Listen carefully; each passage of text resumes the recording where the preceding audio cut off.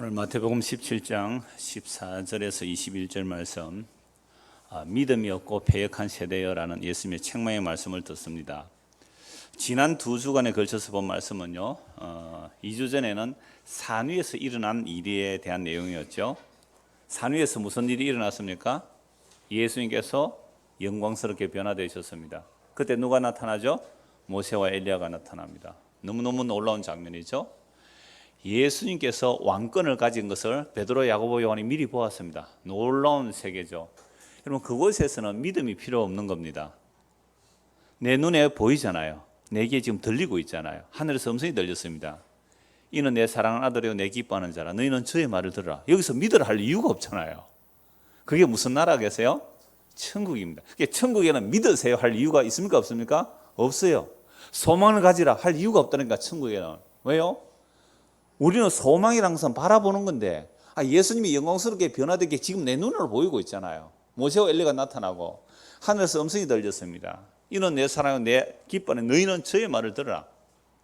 그리고 정신을 차려보니까 예수님만 보이잖아요. 이게 산에서 내려올 때죠.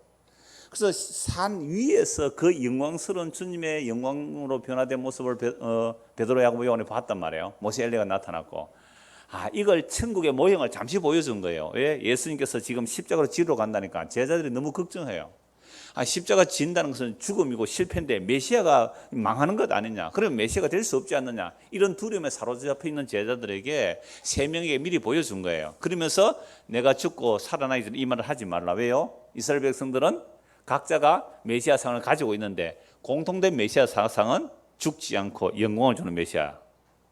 예수님은 죽어야 되는데 죽지 않는 메시아를 원했기 때문에 아직 내가 죽고 살아나기 전에 이 말을 하지 말라.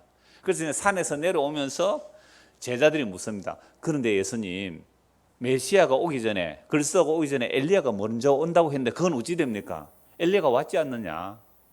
그 엘리야가 누구예요? 나중에서 알아듣죠. 그분이 세례 요한이었네? 이게 이제 산에서 내려오면서 예수님께 질문했고, 엘리야가 왔는데 사람들은 그 엘리야를 임의로 대우했다. 그런 것처럼 나도 사람들이 임의로 대우할 거다. 그럴 때에 이제 제자들이 딱 알아듣는 게, 그분이 세례 요한이구나. 이렇게 알았죠. 이제는 드디어 이제 산 아래 내려왔습니다. 산 아래 내려와서 예수님께서 책망을 하세요. 왜 산 아래 내려서 책망합니까? 믿음이 없다는 거죠. 그러면 도대체 믿음이 없다라는 이 내용이 뭔가를 알아야 되겠죠. 그래서 2주 전에 또 지난주에도 같이 본 말씀입니다만은, 모세가 산 위에 있을 때는 40일 동안 모세가 산 위에 있을 때는 어떤 광경이었습니까? 하나님의 영광이 임재하셨죠. 그러니까 보통 사람들은 산 위에 못 올라갔습니다. 산 밑에 있고, 모세는 모세는 산 위에 올라갔고 여호수아는 산 구름 밑에 있고, 나머지 백성들은 못 올라왔습니다. 경계를 정하고 짐승이라도 올라오면 돌에 침을 당하리라. 이것은 하나님의 거룩을 보여주는 장면이죠. 그래서 모세는 그 구름 위에, 산 위에 있을 때에 정말 베드로, 야고보, 요한이 예수님을 보는 것처럼 그 영광 중에 거했기 때문에 모세는 그곳이 천국으로 보였죠. 그래서 그 얼굴조차도 광채가 빛났습니다. 내려올 때에. 자, 그래서 산 위로 내려왔습니다. 그런데 산 밑에는 뭐 하고 있었습니까? 금송아지 섬기고 있었잖아요. 그러니까 산 위에는 소망도 필요 없잖아요. 믿음도 필요 없잖아요. 하나님의 영광 앞에 있으니까. 그런데 산 밑에는 뭘 섬기고 있어요? 금송아지. 누가 안 보였어요? 하나님이 안 보이니까. 예수님이 눈에 안 보이는 순간 제자들은 지금 귀신 하나 못 쫓아내고 벌벌 떨고 있더란 말이에요. 이 대비해 보시면 모세의 이야기와 예수님의 이야기가 같이 연결이 된단 말이죠. 산 위에서는 영광 중에 여기가 조사원인데 산 아래 내려오니까 믿음이 하나도 없는 동네예요. 그럼 우리는 지금 어느 동네 삽니까? 산 아래. 지금은요? 산 위에.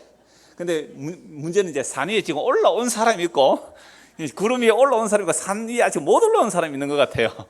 산 위에 올라온 사람은 뭐예요? 지금 말씀 때문에 여기가 조사오니 나 가기 싫어요. 뭐 이렇게 되는데, 제가 지난주 이 설교를 하고 오후에 있어 봤거든요. 과연 산 위에 경험한 사람 몇 사람 있는가? 5분 안에 다 사라졌어요. 역시 우리는 아직도 산 위보다는 산 아래가 좋구나. 실감을 했어요. 역시 아직은 우리는 산 위로 갈 마음이 없구나. 산 아래로만. 더운데 지난주까지 더웠잖아요. 뭘 그리 더운 대로 빨리 내려가는지 그 믿음 없는 세계로 말이죠. 오늘 산 아래 동네가 어떤 모습인지 한번 보자 말이죠. 그래서 산 위에 있을 때는 정말 영광조에 있었는데 산 밑에는 이제 금송아지 성고가 있었단 말이죠. 그래서 이 모세가 돌판을 들고 오다 그 돌판을 깨뜨려 버리잖아요. 만약에 그 돌판에 기록된 말씀대로 백성들에게 적용하면 백성들은 다 진멸당해 마땅하거든요. 왜? 언약을 배반했거든요. 언약 배반은 언약을 체결할 때는 피를 뿌려서 언약을 체결합니다. 그럼 피를 뿌리면 피는 생명이죠. 생명을 걸고 언약을 체결했기 때문에 언약을 어기면 어떻게 해요? 죽는 거예요. 당연한 거예요. 그런데 돌판을 깨뜨려 버리죠. 이건 예수 그리스도께서 우리 죄 때문에 대신 죽으실 것을 미리 보여주는 그림자 역할을 하는 겁니다. 자, 그래서 산 위에서 이제 산 아래 내려와서 모세가 이스라엘 백성들을 이제 또 심판을 하죠. 책망을 하시고 그다음에 광야 40년을 지나는 겁니다. 광야 40년 동안 이스라엘 백성들이 순종한 적이 없어요. 구름 기둥, 불 기둥이 인도함에도 불구하고 늘 원망했습니다. 만나가 매일 내림에도 불구하고 고기가 먹고 싶다 그랬어요. 그래서 고기도 주었어요. 그래서 광야 40년을 지냈는데 원래는 40년 지낼 계획이 아니었잖아요. 그래서 약 1년 걸쳐에 요단강 근처에 와서 12정탐꾼을 보냅니다. 가나안 땅에 들어갈 거예요. 그런데 10명은 못 들어간대요. 그들은 너무 강하고 무기가 크고 신체가 크고 뭐 성이 튼튼하다. 우리는 아무 무기도 없고 오합지졸해서 못 간다. 여호수아가 가려면 들어갈 수 있다. 그래서 이스라엘 백성 전체가 우리는 못 들어간다고 데모하죠. 다시 애굽으로 돌아가자. 모세를 죽여버리고 다른 사람 하나 뽑아서 우리는 애굽으로 돌아가자. 이게 이스라엘 백성들이에요. 그래서 하나님께서 이들을 광야에서 다 죽이겠다.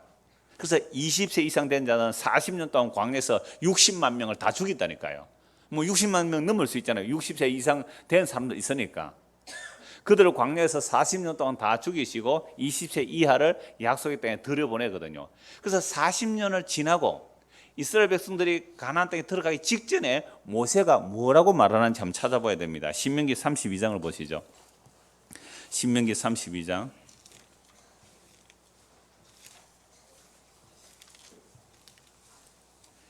신명기 32장은 모세가 노래로 이스라엘 백성 전체에게 이제 율법을 노래로 가르쳐 주는 겁니다. 광야를 다 지났고 이제 가나안 땅 들어가기 직전이죠. 거기에서 17절만 보겠습니다. 17절에서 20절 보겠습니다. 17절에서 20절. 16절부터 보죠. 그들이 다른 신으로 그의 질투를 일으키며 가정한 것으로 그의 진노를 격발하였도다. 그들은 하나님께 제사하지 아니하고 귀신들에게 하였으니 곧 그들이 알지 못하던 신들, 근래에 들어온 새로운 신들, 너희의 조상들이 두려워하지 아니하던 것들이로다. 너를 낳은 반석을 네가 상관하지 아니하고 너를 내신 하나님을 내가 잊었도다. 그러므로 여호와께서 보시고 미워하셨으니 그 자녀가 그를 경노하게 한 까닭이로다. 그가 말씀하시기를 내가 내 얼굴을 그들에게 숨겨 그들의 종말이 어떠함을 보리니 그들은 심히 패역한 세대요 진실이 없는 자녀이미로다. 오늘 예수님께서 하신 말씀, 믿음이 없고 패역한 세대가 바로 20절 나오는 이 말씀과 같아요. 심히 패역한 세대요. 뭐가 없다고요? 진실이 없다. 진실은 믿음으로 바꿔도 되는 단어예요. 그러니까 심히 패역한 세대. 왜요? 뭐가 없었어요? 믿음이 없는 자들. 믿음이 없고 패역한 세대가 이미 모세가 이스라엘 백성들을 출애굽시켜서 광야 40년 지난 후에 이스라엘 백성들에게 결론 내린 말씀이에요. 믿음이 없고 패역하다. 여러분 10가지 재앙을 보았습니다. 애굽에서. 그 10가지 재앙 속에서 유월절 어린이의 피로 그들은 출애굽을 하게 됩니다. 홍해 바다에서 애굽 군대가 다 빠져 죽습니다. 홍해 바다를 마른 땅으로 건너온 민족입니다. 40년 광야를 지르면서 얼마나 많은 기적을 보았습니까? 그러니까 기적 속에 살았다니까요. 낮에는 무슨 기둥요? 무슨 기둥? 구름 기둥. 구름이 광야를 보호해줘요. 밤에는요? 불 기둥. 새벽에는요? 구름 불 기둥이래요. 성경에 분명히 구름 불 기둥. 그러니까 낮에는 구름 기둥, 밤에는 불 기둥. 새벽에는요? 온도가 적당해야 되니까 구름과 불이 섞인 구름 불 기둥 이렇게 표현이 나와요. 얼마나 세밀해요. 24시간 에어컨 틀 필요가 없다니까요. 가장 적절한 온도를 허락하셨어요. 이스라엘 백성들 위해. 어린 양의 피로 구속받아 나온 그들 위해. 그러함에도 날마다 뭐가 터져나와서요? 원망과 불평이 나와요. 길이 안 좋다. 먹을 게 영 이거 아침에도 만나 점심에도 만나 저녁에도 만나 10년째 그것만 먹었어요. 이 맛없다는 완벽한 음식이에요. 만나는 하늘에서 내려온 음식이라면 뭐 부족함이 없어요. 가장 건강에 좋은 음식이에요. 그런데 옛날에 먹던 고기가 먹고 싶다고 원망을 하죠. 그러니까 이스라엘 백성들이 그렇게 40년을 하나님의 돌보심과 하나님의 은혜와 하나님의 기적 가운데 살면서도 하나님의 인도를 몰라요. 그래서 이들의 원망은요, 하나님께서 정말 구름기둥 불기둥 24시간, 새벽에는 구름 불기둥으로 그렇게 완벽하게 보호해 가시는데도 왜 원망과 불평이 나왔을까요? 질문, 이건 대답하셔도 됩니다. 왜 원망과 불평이 나왔을까요? 네, 좋습니다. 구원의 목적과 방향을 몰랐어요. 구원한다는 것은, 이런, 그러니까 단어는 다 바꿔야 돼요. 우리가 알고 있는 구원의 단어 성경적으로 바꿔야 되고, 믿음에 대한 단어 다 바꿔야 되고요. 복에 대한 개념을 성경적 용어로 다 바꿔야 돼요. 사전적 개념이 아니에요. 구원의 목적을 몰랐다는 거예요. 그러니까 구원이라는 것은 이스라엘 백성은 뭐라고 생각했어요? 애굽의 종살이라는 데서 해방되어 나 행복하고 의가 없고 멋있게 아름답게 잘 사는 그걸 뭐로 생각한 거예요? 구원으로 생각한 거예요. 아니요. 그건 이스라엘 백성들이 생각한 구원이고, 하나님의 구원은 그 애굽에서 이끌어내서 하나님을 참되게 섬기는 구원이거든요. 그러니까 이스라엘 백성들이 왜 불평을 하냐면, 왜 하나님께서 구원했는지 그 이유를 모르고 지금 하나님께서 구원하여 가는 과정인데, 그 광야, 그 구원하여 가는 그 길, 거기에서 지금 내가 구원을 받아가구나. 광야는 뭐가 없어요? 물도 없고 양식도 없어요. 살기 힘들어요. 물론 하나님이 함께 하시고 보호하시지만 정말 생존만 근근히 하는 그런 상태잖아요. 놀이도 없어요. 그런 상황에 끌려 나오는 그 상태가 안 좋은 거예요. 왜?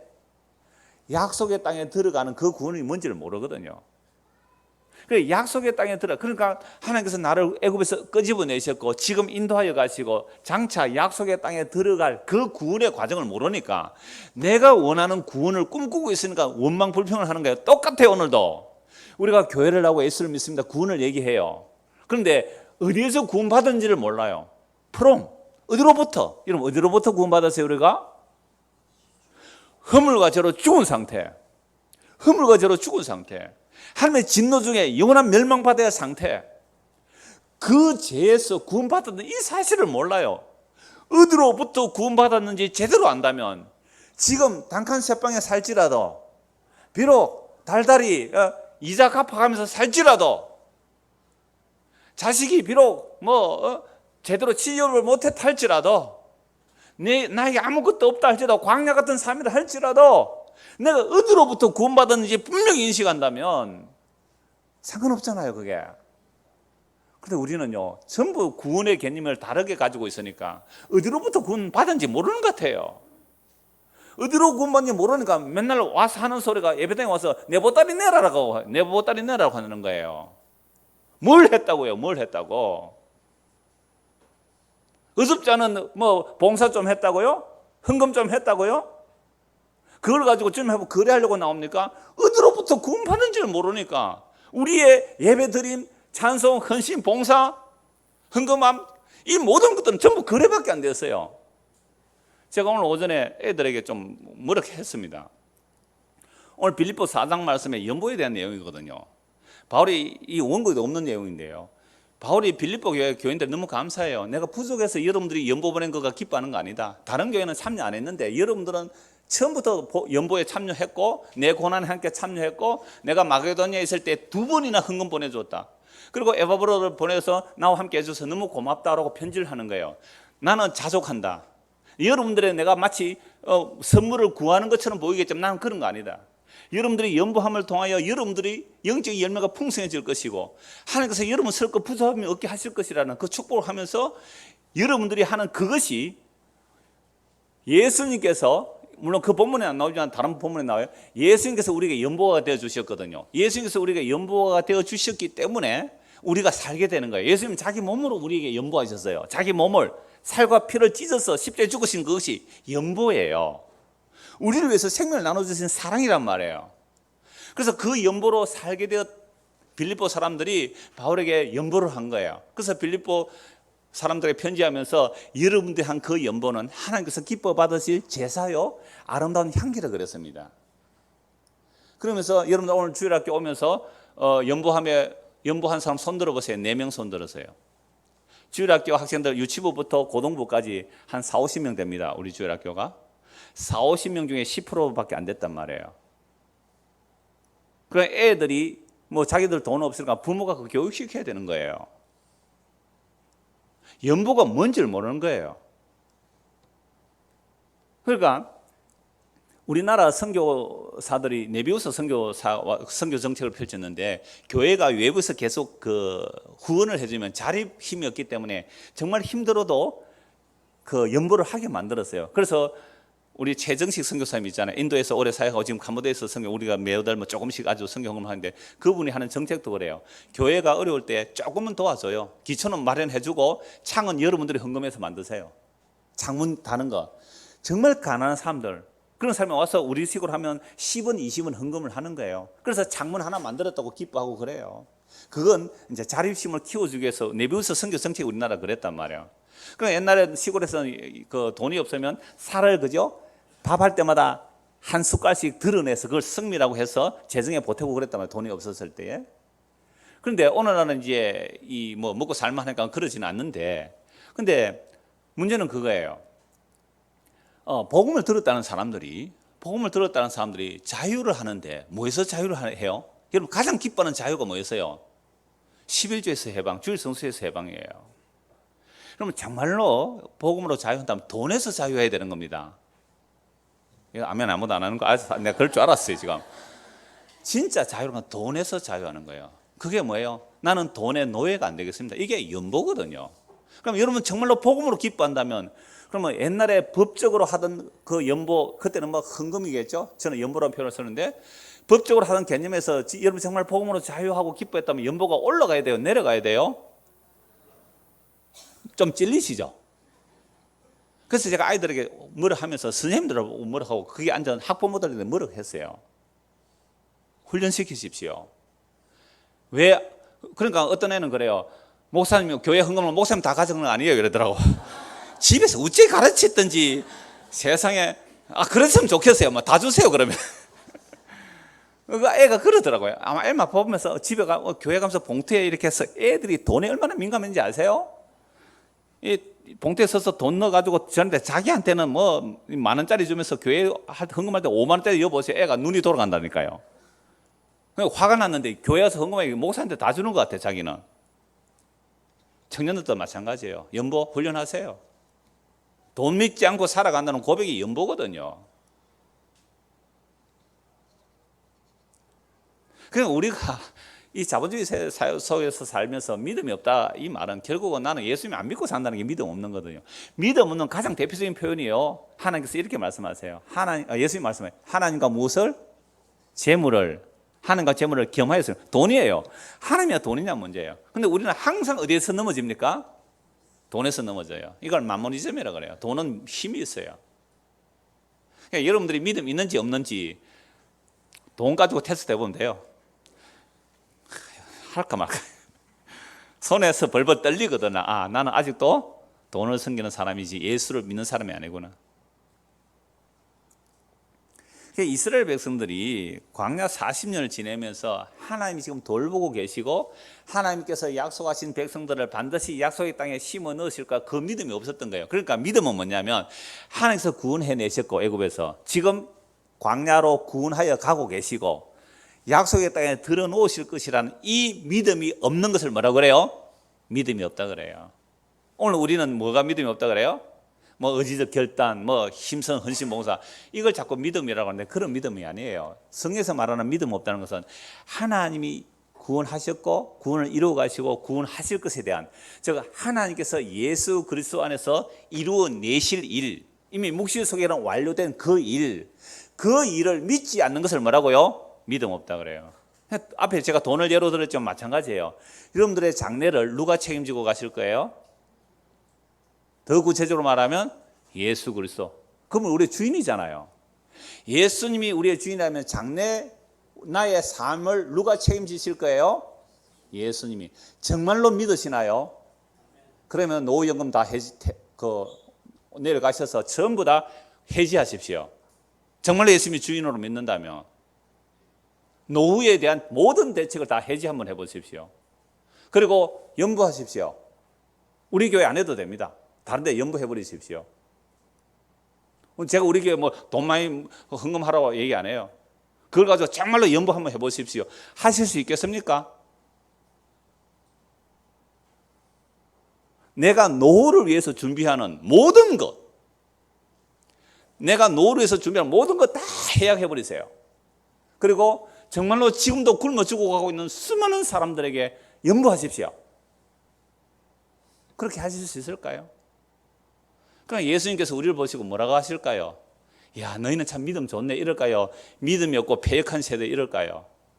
제가 이쪽에만 자꾸 이렇게 해서 미안합니다. 이쪽에 할까요? 믿음이 없고 패역한 세대. 이쪽에 할까요? 믿음이 없고 패역한 세대. 믿음이 없고 패역, 일로 오네요. 믿음이 없고 패역한 놈아. 여러분, 믿음이 없고 패역한 세대는 딴 얘기 안 해요. 내가 누군지 아니? 내가 무슨 일을 하고 있는지 아니? 내가 널 어떻게 구원할지 아니? 이걸 못 믿는 거예요. 그냥 오늘 교회 와서 믿음. 이 성경을 얼마나 오독하는지 한번 보십시다. 오늘 본문을. 한 것도 봐야 돼요. 시편 78편 한번 보십시다. 시편 78편. 자, 이스라엘 백성들이 그렇게 믿음이 없는데도 왜 약속의 땅에 들어가죠? 시편 78편 찾으십시다. 자, 이스라엘 백성 정말 믿음 없었습니다. 패역합니다. 날마다 언약을 배반합니다. 하나님이 24시간 인도하여 감에도 불구하고 그들은 하나님의 약속을 믿지 않았습니다. 그러함에도 왜 약속의 땅에 들어갔지요? 하나님의 자기 약속에 신실하기 때문에. 하나님이 자기 약속, 자기 이름 때문에 이스라엘 백성을 약속의 땅에 들여놓아요. 그러면 약속의 땅에 들어갔습니다. 믿음으로 살았습니까? 못 살았습니까? 못 살았습니다. 사사시대 약 400년을 지내요. 믿음으로 살지 못했습니다. 왕들의 시대 한 400~500년 지내요. 믿음으로 살지 못했습니다. 그래서 나라가 망했다니까요. 바벨론 포로 잡혀갔어요. 북은 아수르에 남은 바벨론에 믿음 없는 모습이에요. 그래서 왕들의 시대가 마쳐질 즈음에 이제 시편들이 나오는데요. 78편 보세요. 시편 78편 7절입니다. 그들로 그들의 소망을 하나님께 두며 하나님께서 행하신 일을 잊지 아니하고 오직 그의 계명을 지켜서. 그러니까 하나님의 계명을 지킨다는 것은 왜 계명을 지키는 거예요? 소망을 어디에 두고요? 하나님께 둬야 되고, 하나님께서 행하신 일을 잊지 않게 하려고 뭐 하라고요? 계명을 지키란 말이에요. 십계명을 왜 줬어요? 율법을 왜 줬어요?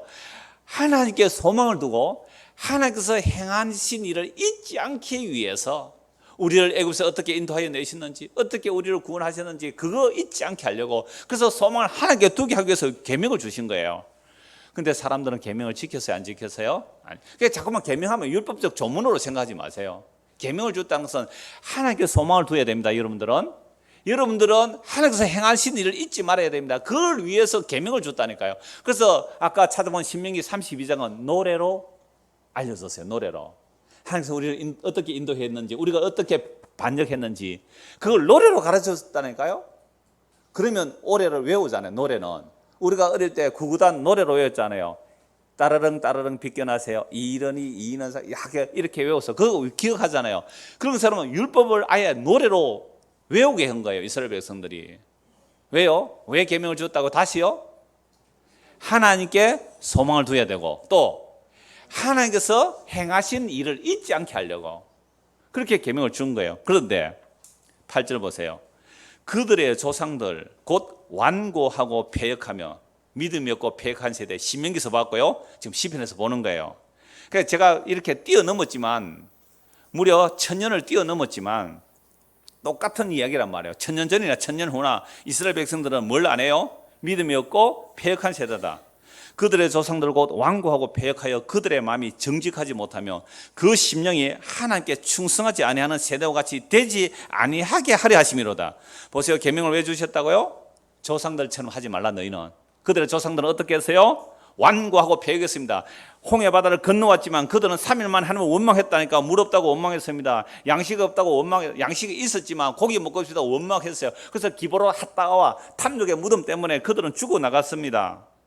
자기들이 원하는 대로 고기를 얻어먹었지만 그들의 영혼은 파리해졌다. 정말 좋은 표현이에요. 우리가 구하는 하나님께서 떼서면 주겠죠. 그런데 그걸 받았어요. 썩을 걸 구했단 말이에요. 썩을 걸 받았어요. 그럼 어떻게 돼요? 영혼이 파랗게 질려가는 거예요. 오늘 교회가 그걸 구하고 있어요. 교회들이 그걸 구하고 있어요. 제가 어제 어떤 일이 있어 어떤 주보를 하나 봤는데요. 야, 건축금 작정했는데 2111명이 작정했어요. 2111명이 건축금 작정했는데요. 330억대 작정을 했어요. 지금 나온 게 210억대예요. 성년의 기둥이 되세요 하고 막 설교를 하고 있어요. 서울의 예원교회라고. 다락방이 2인지더라고 보니까. 그래서 다락방 총회 해체하고 자꾸만 한기총에 들어가려고 하는 이유가 뭘까요? 더 전도하고 더 전도해야 되는데 이단이라고 낙인이 찍혀 있으니까 전도가 안 되는 거예요. 그래서 다락방 해체 총회하고 거기에 한기총에 들어간 이유가 그거예요. 합동정 한기총에 탈퇴를 했거든요. 우리는 그렇게 이단들 영입하는 곳에 못한다. 그런데 또 합동측이 교단이 크니까 또 한기총에 들어가려고 하니까 이번에 공청회를 했어요. 거기에 제가 문병호 교수 한번 소개했잖아요. 그 교수가 아직도 다락방 교리는 그대로입니다 하고 우리는 들어가면 안 됩니다 하고 그 공청회 세미나 마쳤어요. 어떻게 될지 몰라요. 정치하는 사람들은요, 뭐 이렇게 저렇게 해서 또 다 한단 말이에요. 그래서 옛 조상들 완고하고 폐역하여 그들의 마음이 정직하지 못하며 그 심령이 하나님께 충성하지 아니하는 세대와 같이 되지 아니하게 하려고 율법을 주셨어요. 자, 그런데 이스라엘 백성이 어떻게 되었습니까? 이 시편 78편 옛날에 했는데 다 읽어봐야 되는데요. 몇 절만 읽어보죠. 17절 한번 보십시오. 17절, 시편 78편 17절. 그들은 계속해서 하나님께 범죄하며 메마른 땅에서 지존자를 배반하였다. 광야에서 하나님 배반한 얘기를 지금 시편에서 하는 거예요. 그들이 그들의 탐욕대로 음식을 구하여 그들의 심중에 하나님을 시험하였으며 그뿐 아니라 하나님을 대적하여 말하기를 하나님이 광야에서 식탁을 베풀 수 있으랴? 보라, 그가 반석을 쳐서 물을 내시니 시내가 넘쳤으나 그가 너희 떡도 주시며 자기 백성을 위하여 고기도 예비하시랴 하였도다. 만나를 먹고 반석에서 나오는 생수를 마시다. 그러니까 모세를 통하여 고기 준다니까 고기 주시겠느냐? 원망했어요. 불신했어요. 근데 고기 왔잖아요. 메추라기 먹고 그게 기부로 갔다가 탐죽의 무덤이었어요. 그러므로 여호와께서 듣고 노하셨으면 야곱에게 불같이 노하셨고 또한 이스라엘에게 진노가 불타올랐으니 이는 하나님을 믿지 아니하며 그의 구원을 의지하지 아니한 때문이로다. 결국 원망, 불편, 탐욕은 뭐예요? 하나님을 믿지 않았다는 거예요. 뭘 안 믿었어요? 하나님께서 우리를 애굽에서 인도해냈다면 광야를 지나서 약속의 땅에 들어놓으실 것이라는 것을 믿지 않았어요. 그러니까 오늘 우리는 무슨 삶을 사는 거예요? 그림자로 보면 오늘 무슨 삶을 살아요? 광야의 삶, 광야의 삶, 나그네의 삶. 어디를 향하여? 새하늘과 새 땅을 향하여. 예수 그리스도 안에 있는 새하늘의 새 땅을 향하여 광야로 가는 거예요. 광야 40년 동안 옷 한 벌로 살았어요. 신발 한 켤레로 살았어요. 여러분들 오늘날 옷이 옷장에 넘칩니까? 아니면 널널합니까? 넘쳐가지고 창고에 따로 보관해야 되죠. 신발은요, 신발장에 다 넣지를 못하죠. 제가 신방을 한번 가볼까요? 신발 몇 켤레, 옷 몇 켤레, 몇 벌이 있는지. 광야 40년 옷 한 벌로 살았다니까요. 신발 한 켤레로 살았어요. 그렇게 살아도 괜찮지 않니? 왜? 어디로 약속되어 있으니까? 적과 꿀이 흐르는 약속의 땅이 약속되어 있으니까 그 믿음으로 살아라 이 말입니다. 그 믿음으로. 근데 이런 믿음이 있습니까? 없습니까? 없어요. 이미 광야에서 믿음 없으면 다 들통났어요. 애국에서 믿음 없으면 다 들통났어요. 구원하기 위해서 모세가 와서 우리를 애국에서 구원하니까 바로왕이 쟤들 집 주지 말고 먹고 살만하니까 저질하지. 뭐 예배? 웃기고 있네. 먹고 살만하니까 그래. 짚을 주지 말고 벽돌을 똑같이 만들어 하니까 모세 때문에 힘들잖아요. 그러니까 이스라엘 백성들이 뭐라 했는지 아세요? 하나님 모세 벌 좀 주세요. 저놈이 나타나가지고 우리를 더 괴롭게 합니다. 괜히 복음 들었더니 집에 얼음이 더 생겨요. 환란이 더 많아요. 괜히 저 하나님 목사 저 벌 좀 주세요. 똑같은 거예요. 여러분 하나님 잘 쓰면 복 받습니다. 성공합니다. 비전 얘기하고요. 그러니까 300억을 작정하더라니까요. 210억이 나왔어요. 그러면서 계속해서 동료 어마어마한 렘넌트 센터 10몇 층짜리가 있고 옆에 교육관이 있어요. 본당 지하 잘 지어놨어요. 그게 다시 위층으로 올리는 본당 지금 공사하고 있는 거예요. 어마어마한 대형교회예요. 그러면서 끊임없이 우리가 전도를 위해서 하나님의 영광을 위하여. 이게 이 땅에 하나님의 구원을 믿지 않는 믿음이 없고 패역한 세대의 모습이에요. 왜 예수님께서 하나님께서 하나님의 일을 예수님의 십자가로 다 이루었다는 그 사실이 안 보이는 거예요. 그 큰 교회 욕하는가? 여러분들은 우리는 안 그러니까 속이 시원합니까? 여러분들은 연보를 안 해서 그렇게 못하는 거예요. 그거 속 시원하면 안 돼요. 우리 눈에는 정말로 예수님의 십자가 눈에 밝게 보입니까? 하나님의 구원의 완성자리가 십자가거든. 이 역사 속에는 십자가예요. 근데 예수님의 십자가 눈앞에 밝게 안 보인다면 우리는 그냥 세상 이 하늘 밑에 산 아래에서 밑에서 살아가는 거예요. 이게 다 연결되는 말씀이에요. 믿음이 없고 패역한 세대예요. 18절, 20절. 보라, 그가 반석을 쳐서 물을 대시니 시내가 넘쳐서나 그가 능히 떡도 주시며 자기 백성을 위하여 고기도 예비하시라 하였도다. 그러므로 여호와께서 듣고 노하셨으며 야곱에게 불같이 노하셨고 또한 이스라엘 가운데 진노가 불타올랐으나 이는 하나님을 믿지 않으며 그의 구원을 의지하지 아니한 영고로다. 24시간 하나님의 구원 안에 살면서도 뭘 안 믿으세요? 하나님 믿지 않았다니까요. 오늘 예수님이 어디 와 계세요? 우리 안에 와 계시잖아요. 그리스도가 우리 안에 와 계세요. 예수님의 말씀이 우리 안에 와 계세요. 이건 이제 떠날 수도 없어요. 그런데도 우리는 뭘 안 믿어요? 하나님을 믿지 않고 그 구원을 의지하지 않고 살아가요. 그러니까 날마다 뭐가 나와요? 원망과 불평이 나오더란 말이에요. 믿음이 없고 패역한 세대예요. 이거 누가 들어야 할 소리예요? 여러분, 옛날 이스라엘 백성들 보고 한 말씀이 계세요?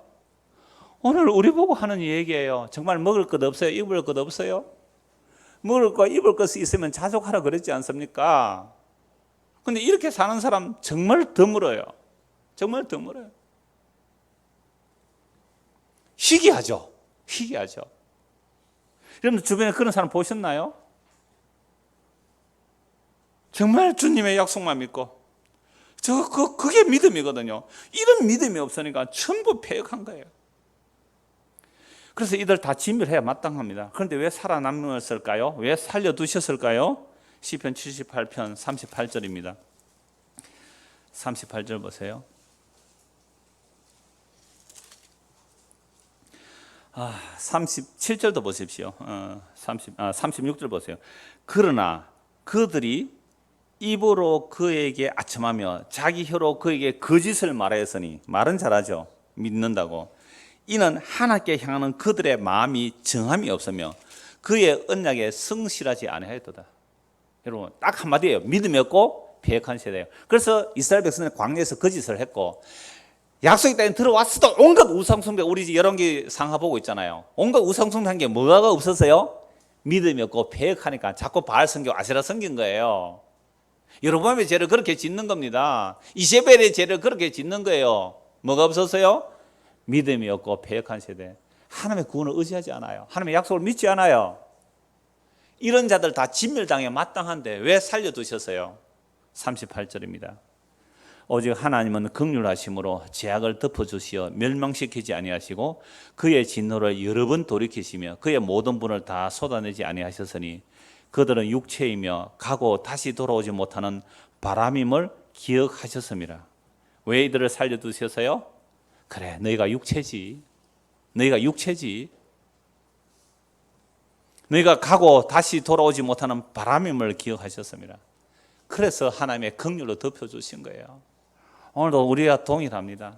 그래서 예수님께서 뭐라고 말씀하는지 이런 구약의 배경을 가지고 오늘 말씀을 보면 이 구약 역사 전체가 예수님의 이 말씀 그대로 압축이 되어 있어요. 요 몇 절 말씀에 그대로 압축이 되어 있는 거예요. 이제 오늘 본문을 보십시오. 17장 14절. 이제 산에서 내려왔습니다. 그들이 무리에게 이르매 한 사람이 예수께서 꿇어 엎드리되 주여 내 아들을 불쌍히 여기소서. 그가 간질로 심히 고생하며, 이 간질은 현대어로 번역하는 간질이지 이 당시는 이 간질이라는 표현을 안 하죠. 귀신 들렸다 그렇게 해요. 마가복음에서 가장 상세하게 나오는데 마가복음에서는요 귀신 들려서 귀 먹고 말도 못하고 그래서 불에도 넘어지고 물에도 넘어지는 자라고 나옵니다. 자, 내가 주의 제자들에게 데리고 왔으나 능히 고치지 못하더이다. 예수께서 대답해 이르시되 믿음이 없고 패역한 세대여, 내가 얼마나 너희와 함께 있으며 얼마나 너희에게 참으려 그를 이리로 데려오라 하시니라.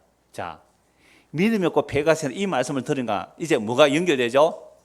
구약 이스라엘 역사 전체가 여기에 들어가야 돼요. 우리는 자꾸만 이 말씀만 하면요, 당장 어떻게 말하면 믿음이 없고 믿음이 없어가지고 귀신도 못 쫓아냈다.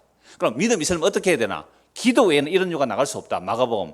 또 마태복음에서는 생략되어 있다고 하면서 뭐라고 해요? 기도와 금식 외에는 이런 유가 나갈 수 없다. 이렇게 말하면서 기도 금식하면 귀신 쫓아낸다. 내게 능력 주시는 자에서 내가 못할 게 없다. 이렇게 기도 만능주의, 믿음 만능주의로 나가요. 전부 뭘 모르는 오해예요? 구약의 믿음이 없고 패역한 세대가 뭔지를 모르기 때문에 그러는 거예요. 그래서 믿음이 없고 패역한 그 세대를 하나님께서 이제 친히 사람이 이 땅에 오셔서 예수님께서 보여주셨거든요. 예수님께서 믿음이 뭔지를, 내가 믿음의 주가 됨을 보여줬단 말이에요. 그런데 사람들은 예수님을 믿었어요? 못 믿었어요? 못 믿은 거예요. 오늘 찬양대 찬양도 그거예요. 풍랑이는 바다에 예수님은 주무시는데, 제자들은요, 예수님이 옆에 주무시는데도 믿음이 없어요. 죽겠습니다, 죽겠습니다. 바다야 잔잔하라, 바다야 잔잔하라. 당신이 누구시길래? 누구시기는 예수님이, 여러분 안에 계신 그분이 누구신데요? 천지를 창조하신 하나님입니다. 그런데 왜 두려워해요? 그건요, 내가 원하는 구원의 방향성이 있기 때문에 그래요. 하나님이 원하시는 구원의 방향은 이 역사 속에서 예수님과 함께 죽는 거예요. 어떻게 죽이신다고요? 그놈의 자아를 무너뜨리는 거예요. 이 주체를 무너뜨리는 거예요. 그래서 믿음이라는 것은요, 나의 주체가 무너지는 게 믿음이에요. 예수님이 주인이 되는 게 믿음이란 말이에요. 근데 우리는 나 여기에 주체가 튼튼히 있고 예수가 저기 있는데 내가 예수를 믿어줄게요. 믿음을 수단으로 여겨요. 내 기도해 줄게요. 기도를 수단으로 여겨요. 내 헌금해 줄게요. 헌금하는 것을 수단으로 여겨요. 그래서 내가 원하는 것을 신에게 받아오겠다. 전부 종교입니다. 이거 믿음 아니에요. 이거 종교란 말이에요. 이게 무슨 믿음이에요. 믿음이라는 주님께서 주체가 되셔서 나를 허물어뜨리러 오시는 거예요. 그걸 믿는 걸 믿음이라 그래요. 그러면 믿음 어떤 믿음일까요? 주여, 나는 죽어 마땅합니다. 어디 가면 내가가 나와요. 주님께서 하셨습니다. 주님께서 나를 낮추셨습니다. 주님께서 나를 높이셨습니다. 주께서 나를 무너뜨렸습니다. 주께서 나를 세워주셨습니다. 이게 믿음이라니까요. 근데 우리는 믿음이 정말 없어요. 저 자신을 봐도 마찬가지예요. 이 믿음이 없고 패역한 세대예요. 이 말씀들이에요. 그래서 예수님이 산 위에 올라갔잖아요. 제자들이 마태복음 10장에 보면 이미 제자들이 무슨 능력을 받았어요? 귀신을 쫓아내는 능력을 받았어요. 귀신 쫓아내었습니다. 그런데 예수님이 안 보이잖아요. 어디에 올라가 버렸어요? 산 위에. 눈에 예수님이 안 보이니까 이들이 못 쫓아낸 거예요. 지가 쫓아내려고 한 거예요. 지가. 예수 이름으로 마리아, 예수 이름으로 나가라. 나가기는요. 이 마가복음에 보면 더 자세히 나오는데, 그러니까 예수님께 이렇게 말해요. 예수님, 제자들이 못 고쳐줬거든요. 좀 고쳐주세요. 예수님이 할 수 있으면 고쳐주세요. 그러니까 이 아버지가 어떤 마음이었어요? 예수님도 못 고쳐줄 수 있다. 그때 예수님 뭐라고 말씀하세요? 믿는 자에게 능치 못함이 없다. 이 말씀을 우리는 또 어떻게 오해합니까? 내가 믿기만 하면 전능한 능력자다. 이따위 식의 믿음 만능주의가 나오는 거예요. 이건 전혀 아니에요. 구약을 몰라서 그래요. 구약에서 쭉 나오는 이야기가 뭐예요? 믿음이 없고 패역한 세대. 예수님이 친히, 하나님이 친히 사람이 되어 이 땅에 오신 그 예수님이 보니까 뭐가 없는 세대요? 믿음이 없고 패역한 세대라는 거죠. 그래서 다음 주에 보는 말씀, 내가 죽어야 된다, 이 얘기예요. 믿음이 없고 패역한 세대 보고 너 믿음 가져, 너 믿음 가져, 믿음 똑바로 가져, 믿음을 가지라, 이 얘기가 아니에요. 내가 죽지 않고서는 너에게 믿음은 없는 게 확인되었구나. 이게 십자가라는 거예요. 내가 대신 죽지 않고는 너에게 믿음이 들어갈 수가 없구나. 너는 정말 믿음 없구나. 내가 죽지 않는 한 안 되구나. 그래서 예수님 다음 주에 보세요. 십자가로 간다니까요. 무슨 믿음이 있어요? 믿음이 작은 자더라. 이건 믿음이 거의 없다. 믿음이 없다는 말이에요. 앞에서 봤잖아요. 믿음이 없다는 말이에요. 믿음이 작은 자더라.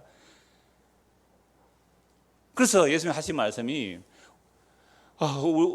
겨자씨 하나일 만한 믿음만 있어도 어떻게 해요? 이 산을 들어 바다에 빠뜨려지라면 그대로 될 것이다. 저는 믿음 만능주의, 기도 만능주의자들에게 그렇게 말하고 싶어요. 당신 정말로 저 산 들어서 바다에 옮기라고 해보세요.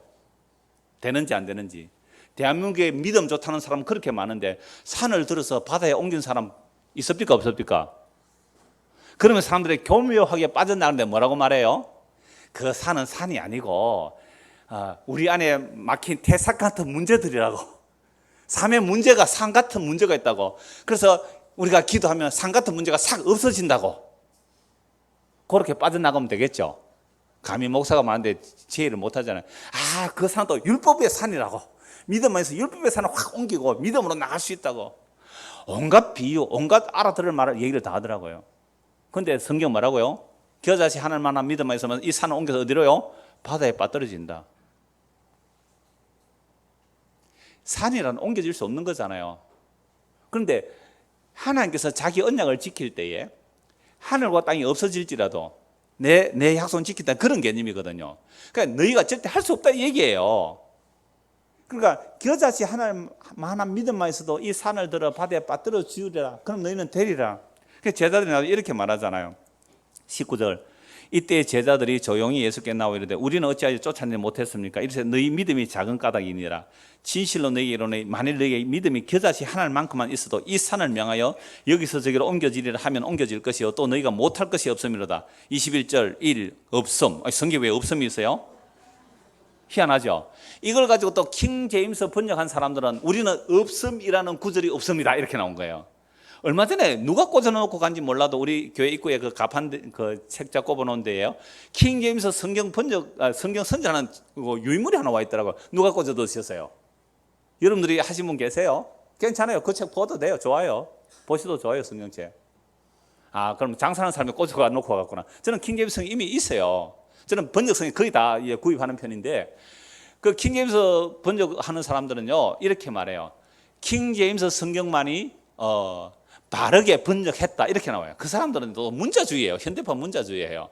킹 제임스 성경도 처음 나왔을 때요 그거 오짝 굉장히 많았어요. 그래서 수정한 거예요. 킹 제임스 번역도. 그러니까 없음이라는 말은 뭐냐면 사본들이 수도 없이 많잖아요. 근데 어떤 사본은 글자가 지워질 수도 있거든요. 또는 찢어질 수도 있잖아요. 그러면 그걸 끼워 엮는 게 아니라 없을 때는 어떻게 해요? 없는 채로 둔 거예요. 이게 더 정확한 성경이라는 증거가 되는 거예요. 일부러 끼워 놓지 않은 거예요. 그게 다른 사본에 있는 거예요. 다른 사본에 있으니까 다른 사본에 있다는 것을 밑에 가로해서 해놓은 거예요. 자, 밑에 각조 한번 보세요. 1 없음 밑에 어떤 사본에 다른 사본에 이런 구절이 있단 말이에요. 21절 기도와 금식이 아니면 이런 유가 나가지 않으니라 가 있음 이렇게 돼 있잖아요. 그냥 마가복음 보면 기도 외에는 이런 유가 나올 수 없다. 그러면 우리가 제자들이 묻잖아요. 아, 우리는 왜 귀신을 못 찾아? 너희가 뭐가 없다고요? 믿음이 없다. 그래서 믿음이 뭐만큼만 있으면 겨자씨 하나만큼만 있으면 너희도 뭐 할 수 있다? 귀신을 쫓아낼 수 있다. 이렇게 나온 거잖아요. 그러면 전에는 귀신 다 쫓아냈거든요. 근데 예수님이 안 보이니까 못 쫓아낸 거예요. 결국 무슨 얘기예요? 너 예수를 믿지 않잖아. 너 예수 믿지 않잖아. 이 얘기예요. 그러면 우리는 그래서 기도하고 금식하면 귀신 쫓아냈다. 기도 만능주의, 금식 만능주의가 한국에 나오는 거예요. 구약의 배경을 모르고. 이 말씀 왜 이 말씀을 하시는지 모르고. 그래서 정말로 겨자씨 하늘만한 믿음만 있다면 산을 들어 바다에 빠뜨리라 그대로 되리라. 제가 옛날에 우리 여전도에 저 지하에 있을 때 예배당 지하에 있을 때 경상 여전도에 순회 예배할 때 얼마 전에 했잖아요. 우리 2년 전입니까? 3년 전에 한번 했잖아요. 여기에서도. 그랬을 때에 처음 왔을 때 이렇게 얘기해요. 여러분들 적어도 경상도에 여전도에 참여하는 사람은 전도의 회장님 임원들 오잖아요. 그냥 권사님들 지사람 많이 올 거예요. 기도 많이 하는 사람 많이 올 거예요. 열심히 있는 분들 한 100명 넘게 이렇게 모이잖아요. 그러면 제가 이렇게 물었죠. 여러분들 겨자씨 하늘만한 정도는 믿음은 있지요? 그러는 거예요. 아멘 그러는 거예요. 아, 그러셨군요. 그렇다면 저 우리 뒤에 예배당 뒤에 저 여기 비음산인데 이름 좋아요. 소리가 막 날아다니는 산, 비음산. 날비자에 소리 음자인데요. 이 비음산 저 바다에 저 창원 앞바다에 마산 앞바다에 한번 빠뜨려 봅시다. 근데 여기서 또 예배당에 밖에 나가야 되고 막 말아야 귀찮으니까 막 그냥 줄여서 여기 이 그 꽃꽂이가 되어 있는데 이 꽃 한 송이 뽑혀서 이 물컵에 한번 꽂히도록 한번 해보세요. 기도합시다. 자, 지금 눈 떠야 됩니다. 눈 감으면 안 됩니다. 눈 뜨고 기도합시다. 제가 시간 드리죠. 딱 뒤에 서서. 자, 기도합시다. 그 중에 진짜로 기도한 사람이 있을까요? 없을까요? 만약 있었다면 그 사람은 미신적 믿음이 강한 사람입니다. 성경의 약속이 아니에요. 그 약속의 의미를 모르고 하는 거예요. 근데 한참 있어도 뭐 꽃이 꽃피기는 그냥 바람도 하나 안 불더라고요. 그때 그 설교할 때 우리 정인들 다 계시죠? 여전대 정인들 계실 거예요. 그러면서 믿음이 뭔지를 말씀드렸는데요. 그러니까 믿음이라는 것은 우리가 주체가 돼서 내가 소유하는 믿음은 없는 거예요. 그러면 믿음이 뭔데요? 믿음은 예수님이 주인 된다 이 말입니다. 그래서 기도와 금식 외에는 안 된다 말은, 여러분 기도라는 말은 언제 기도합니까 여러분들? 내가 할 수 있는 것을 기도해요? 내가 할 수 없는 걸 기도해요? 그러니까 기도한다는 말 자체가 나는 할 수 없습니다는 할 수 없습니다는 고백이 기도예요. 금식은요, 사람들이 무슨 힘으로 살아갑니까? 혈과 육의 힘으로 살아가요. 밥 먹고 밥심으로 살아가잖아요. 한국 사람들은 밥심으로 살아가는데 요새 왜 밥을 안 먹어요? 빵 먹지 마세요. 그럼 미국 사람들이 먹는 거고 외국 사람 먹는 거. 여러분 밥 먹으세요. 지금 농사를 자꾸 안 짓고요. 살값이 자꾸 발음돼요 제대로? 그래서 벼농사를 많이 안 지어가지고 지금 농지가 자꾸 줄어들고 있어요. 조금 있다가 농사 많이 짓는 나라에서 식량을 무기화해버리면 여러분들 사고 있는 아파트 다 흘러내고 그거 다시 농사 지어야 됩니다. 좀 멀리 보시고 빵보다는 밥을 드세요. 이게 뭔 시간이지 지금? 설교하는 시간이죠 지금. 제가 뭐 하다가 이렇게 나갔어요? 금식. 그렇죠. 그러니까 여러분 우리는 밥심으로 살아가는데 밥을 안 먹겠다는 말은 뭐예요? 나는 내가 할 수 없다 얘기예요. 그러니까 믿음이라는 것은 나는 전적 무능한 자입니다. 이게 믿음이에요. 근데 이걸 가지고 겨자씨 하나님 만한 믿음만 있으면 산을 들어 바다에 빠뜨리려 하니까 어떤 사람은 그걸 물어본다고요? 비유적으로 우리 안에 태산 같은 문제. 그래서 나에게 세상이 크면 문제가 커지고 뭐 하나님이 커지면 뭐 문제는 작아진다 이런 식으로 그런 비유로 이제 설명을 하는데요. 이 이야기 하니까 제가 원고에도 있습니다만은 제가 두 번째 전도사 했던 곳이 부산의 대연동 석포교회예요. 그 문화회관하고 바로 거의 한 30m 앞에요. 문화회관하고. 근데 석포교회가 있을 때에 그 문화회관 있는 자리가 원래 야트막한 이렇게 동산이에요. 야트막한 산인데 그 위에 절이 있었거든요. 절에서 또 연불하고 종촉하는 사람 교회로 들리고 하니까 석포교회 담임 목사님이 얼마나 많이 기도했을까요? 뭐라고 기도했을까요? 주여 저 산을 옮겨주십시오. 절도 옮겨주십시오. 그렇게 기도했더니 어느 날 갑자기요 포클레인이 와가지고 그 산을 들어서 광안리 바닷가에 그 매립하는 데 다 갖다 이어버린 거예요. 절은요 동네 저 기둥에 가가 있고요. 실제로 그 일이 일어났거든요. 그래서 그 목사님이 광안리 바닷가로 지나오다 거기에 오다가요 차를 세우고 울었대요. 왜? 내가 기도를 했더니 산을 들어 바다에 옮겨주신 그 전능하신 하나님의 능력을 믿고. 그래서 이제 그분이 또 부흥회도 많이 나가셨거든요. 부흥회 나서 늘 하는 말이 뭐예요? 겨자씨 하나님 만한 믿음만 가져도 뭐요? 산을 들어 바다에 옮기라. 그래서 아이들한테도 설교를 많이 하셨는데 재밌게요. 어느 날 기도하고 있는데 갑자기 옛날 포크레인 소리가 시끄러워서 드르륵 적극 퍼극해가 산에 어느 날 산에 사라져버려요. 그래서 지금 문화회관이 됐고요. 그래서 주일학교 학생들 그 분만 공부하러 가기 참 좋아요. 봄 가을에. 그 우리 집 사람도 우리 이 작은 애 하고 큰 애 어릴 때 거기서 문화에 많이 뛰놀고 했거든요. 잔디밭 좋아요. 그리고 주차장도 얼마든지 돈을 주니까 그 주차장 넓게 만들니까 지하 주차장 사용을 얼마나 좋아졌어요. 이런 식으로 겨자씨 하나님 만한 믿음, 기도와 금식에는 이런 요가 나올 수 없다. 이런 식으로 또 설교하더라고요. 좀 재미있잖아요. 이렇게 하면. 자, 그런데 정말 그러할까요? 몇 군만 성경 보고 오늘 말씀 마무리하겠습니다. 예수님의 믿음이 없고 패역한 세대라는 이 말씀을 하시고 나서 바로 22절 보세요. 다음 주에 다시 보겠습니다. 22절. 갈릴리에 모일 때에 예수께서 제자들에게 이르시되 인자가 장차 사람들의 손에 넘겨져 죽임을 당하고 제3일에 살아나리라 하시니 제자들이 매우 근심하더라. 보세요. 제자들 지금 믿음 있어요 없어요? 없잖아요. 믿음이 없고 패역한 세대 이거예요. 예수님이 십자가에 죽는다니까 근심하는 거예요. 예수님 십자가에 죽으심으로 자기 약속을 완성하시고 우리 안에 그리스도의 영으로 우리 안에 임하셔야 되는데 이걸 근심하고 있는 거예요. 그냥 믿음 제자들 없어요. 그 변화산에서 그 영광스러운 주님을 뵙고도 친히 음성을 듣고도 베드로가 뭐 했습니까? 저주맹세에 부인하며 도망갔잖아요. 그러니까 하나님께서 우리에게 무슨 믿음을 원하실까요? 주여 나는 믿음이 없고 패역한 세대입니다. 나는 믿음이 없고 패역한 세대입니다. 이 예수님의 말씀에 주여 내가 믿음이 없고 패역한 세대가 맞습니다. 이걸 하나님 원하세요. 그래. 그래서 내가 너를 대신해서 죽었단다. 그래서 내가 너를 대신해 주고 내가 네 안에 들어가서 내 믿음을 네 안에서 이루어내겠다. 주님, 그걸 내가 믿습니다. 이걸 뭐라고요? 믿음이에요. 이게 겨자씨 하나일 만한 믿음이에요. 요 겨자씨 하나일 만한 믿음만 들으면 어떻게 되는지 아세요?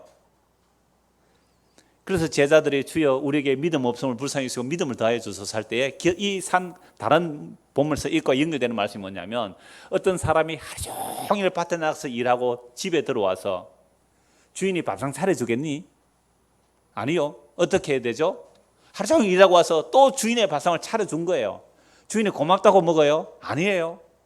다 먹고 나서 또 뒷수발 다 들고 주인 잠자리까지 다 받으려도 주인이 뭐라고 해요? 고맙다고 해요? 안 해요? 안 해요. 그때 이 종이 뭐라고 해야 되는 거예요? 마땅히 해야 할 일을 한 것뿐인 무익한 종입니다. 나는 주인에게 도움이 안 되는 무익한 종입니다. 이게 무슨 믿음이에요? 겨자씨 하나일 만한 믿음이에요.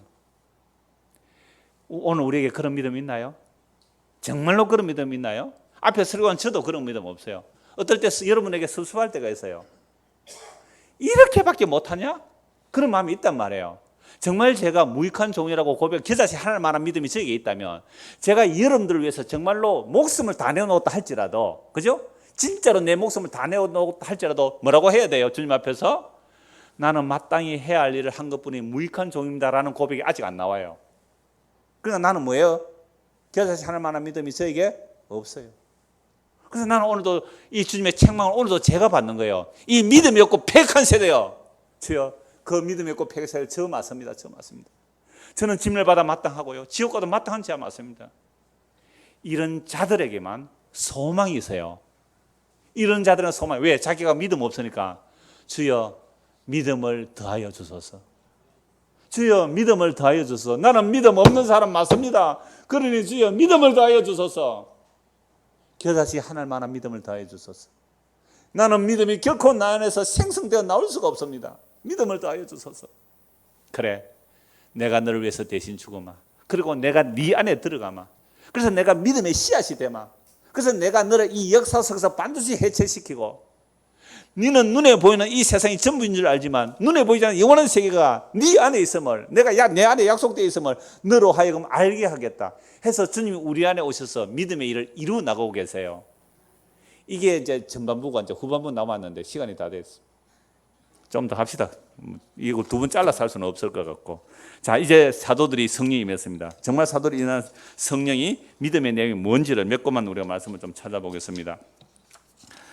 자, 디모데후서 1장, 디모데후서 1장 9절 보십시오.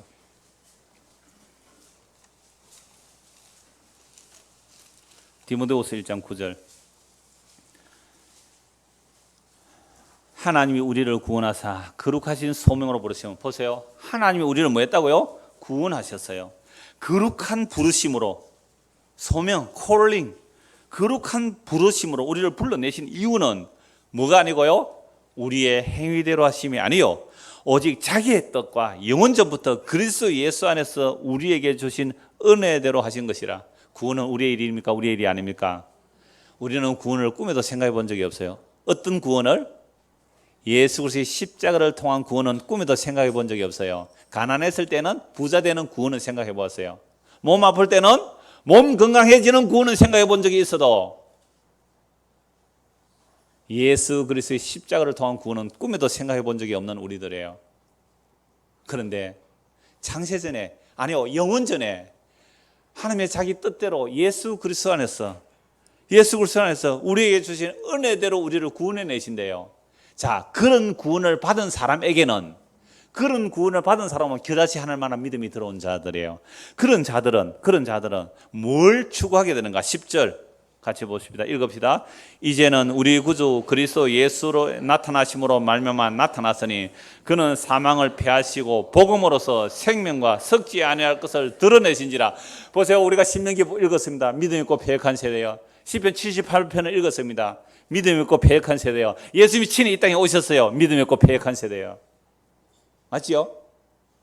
믿음 있고 패역한 세대요. 그러므로 영원전에 아버지와 내가 약속한 그 약속을 내 죽음으로 이루어내겠다. 그래서 이제 그 은혜를 우리에게 주신 거예요. 그 은혜가 임한 자들은 우리 주 구주 예수 그리스도의 나타나심으로 말미암아 나타났으니 그는 사망을 패하시고 복음으로써 생명과 썩지 아니할 것을 드러내셨어요. 그래 복음을 전한다면 반드시 뭐가 나와야 돼요? 생명과 썩지 아니할 것. 생명도 아니고 썩을 것들을 말하면서 복음으로 말하는 그들이 믿음이 없고 패역한 세대예요.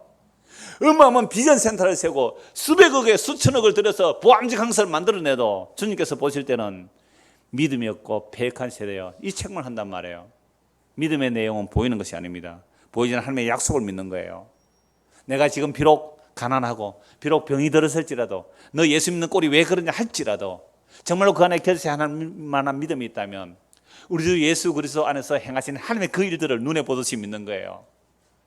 그런데 이 믿음이 우리 안에 없잖아요. 그래서 이 산 밑에서 살아갈 때 우리는 늘 부대끼며 살 부침 속에 어떨 때는 믿었다가 어떨 때는 안 믿은 것 같고 어떨 때는 천국 같다가 어떨 때는 지옥 같고 왜 이런 부침을 살아야 돼요? 이 산 아래서 사는 모습이 다 이런 모습이에요. 그래서 이들에게 끊임없이 성경은 격려하고 소망을 두는 말씀들이 너무너무 많아요. 한 것만 보고 말씀 마무리하죠. 나중에는 뭐 로마서 원고에 다 있으니까요. 다 보시고 한 것만 보겠습니다. 고린도후서 4장을 보겠습니다. 고린도후서 4장. 왜 세상 사람들이 세상 사람 제외하고 교회 다니는 사람들이 왜 믿음이 없는가 보세요. 믿음이 없는 이유가 나와요. 고린도후서 4장 1절. 그러므로 우리가 이 직분을 받아 긍휼하심을 입은 대로 낙심하지 아니고 이에 숨은 부끄러운 일을 버리고 속임을 행하지 않으며 하나님의 말씀을 혼잡하게 하지 아니하고. 말씀을 들었는데 혼잡해지면요 이랬다 저랬다 하는 거예요. 여기서는 이렇게 저기서는 저렇게 한단 말이에요. 한 번은 칼빈주의를 말하고 한 번은 알미니안주의를 말해요. 한쪽은 오직 은혜라 그러고요. 한쪽은 또 오직 내 열심 이렇게 말하는 거예요. 이게 말씀이 혼잡게 되는 겁니다. 하나님의 말씀을 혼잡하게 하지 아니하고 오직 진리를 나타내므로 하나님 앞에서 각 사람의 양심에 대해 스스로 추천하노라. 만일 우리의 복음이 가려졌으면 망하는 자들에게 가려진 것이라. 예수님이 전하신 그 복음, 사도들이 전한 그 복음이 가려진 자는 어떤 자들에게 가려져요? 망하는 자들에게. 자, 그 중에 이 세상의 신이 믿지 아니하는 자들의 마음을 혼미하게 하여 그리스도의 영광의 복음의 광채가 비치지 못하게 하미니 그리스도는 하나님의 형상이라. 이 세상 신이 있어서 우리를 하여금 산위를 못 보게 해요. 이 세상만 바라보게 해요. 예수 그리스도께서 지금 영광교회에 계신 그 주님을 보지 못하게 해요. 그래서 그리스도의 영이 우리 안에 임하여야만. 그래서 어떤 능력으로 하시는가 하면요, 우리는 우리를 전파하는 것이 아니라 오직 그리스도 예수의 주 되신 것과 또 예수를 위하여 우리가 너희의 종된 것을 전파함이라. 6절 같이 읽읍시다.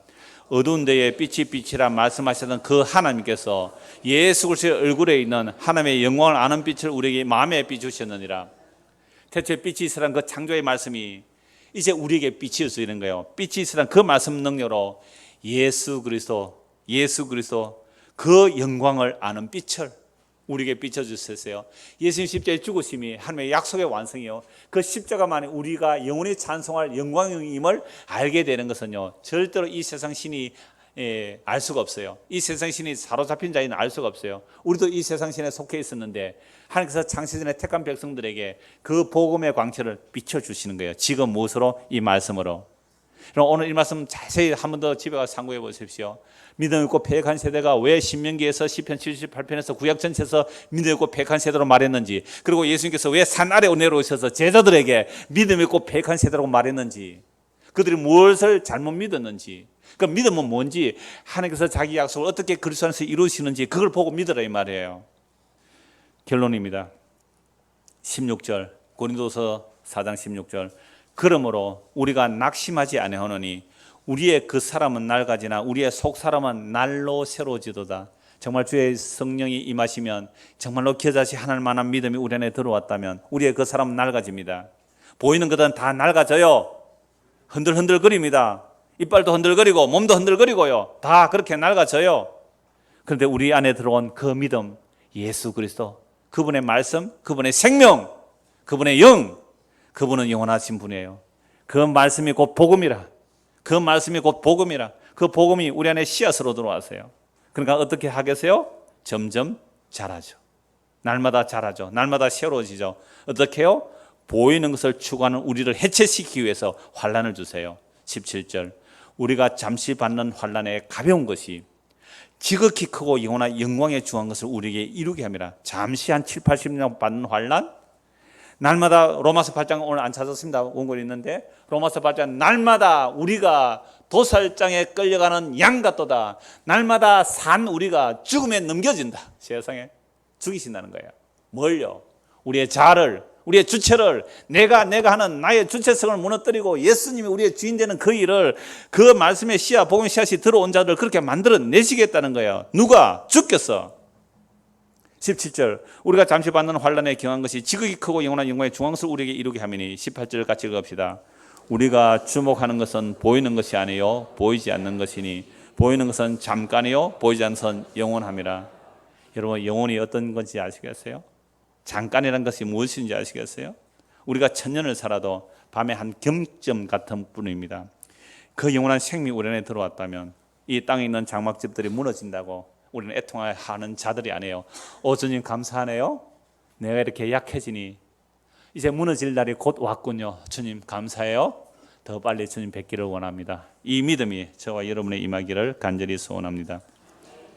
하나님 아버지, 우리는 믿음이라고 하면서 그동안 눈에 보이는 것들, 썩어질 것들을 구했다면 이건 결코 믿음이 아님을 알게 하시고 예수 그리스도 안에서 하나님께서 이루신 그 일들, 십자가로 완성된 하나님의 그 약속들이 믿음의 내용임을 알게 하시고 이 믿음이 우리에게 주어짐으로 보이는 것은 잠깐이며 보이지 않는 것이 영원함을 말씀을 통하여 성도가 모일 때마다 기도하고 찬송할 때마다 이 영원한 세계가 열려지도록 우리에게 은혜를 베풀어 주시옵소서. 예수 그리스도 이름 받들어 기도드리옵나이다. 아멘. 찬송